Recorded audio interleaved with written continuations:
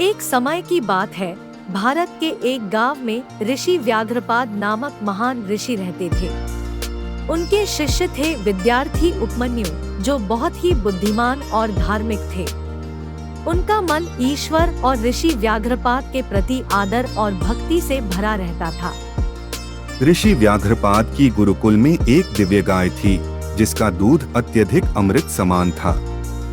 उपमन्यु उस गाय की देखभाल करते और उसके दूध को अपने गुरुकुल के अन्य विद्यार्थियों के साथ शेयर करते थे।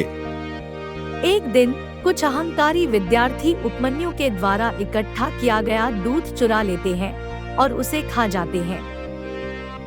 जब उपमन्यु ने यह देखा तो उन्हें बहुत दुख हुआ और उन्होंने इसे अपने गुरुकुल के समीप स्थित वन में जाकर खोज करने के लिए प्रयत्न किया।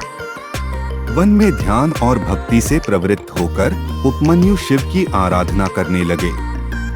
उनकी तपस्या और ध्यान में खो जाने से भगवान शिव उनके समक्ष प्रकट हो गए। भगवान शिव ने उपमन्यु की भक्ति को स्वीकार किया और उन्हें दिव्य गाय की दर्शन कराई, जो उनकी गाय से भी अधिक शानदार थी। उपमन्यु को भगवान शिव का अनुग्रह प्राप्त हुआ, जिससे उन्हें अनेक दिव्य विद्याओं और ज्ञान की प्राप्ति हुई। उनके शरीर में असाधारण बुद्धि और ज्ञान की किरणें जागृत हो गई। उपमन्यु अपने गुरुकुल में वापस लौटे और वहां उनके द्वारा दिखाए गए विद्या और ज्ञान ने गुरुकुल के सभी विद्यार्थियों को प्रभावित किया। उन्हें भगवान कृष्ण के शिष्य के रूप में विशेष स्थान प्राप्त हुआ और उन्होंने कुरुक्षेत्र युद्ध में भगवान कृष्ण और पांडवों का समर्थन किया। यह कथा उपमन्यु की अद्भुत भक्ति और ईश्वर के प्रति समर्पण की मिसाल है। उनके प्रेम और निष्ठा का उदाहरण हमें धार्मिक उत्साह और समर्पण की भावना से प्रेरित करता है।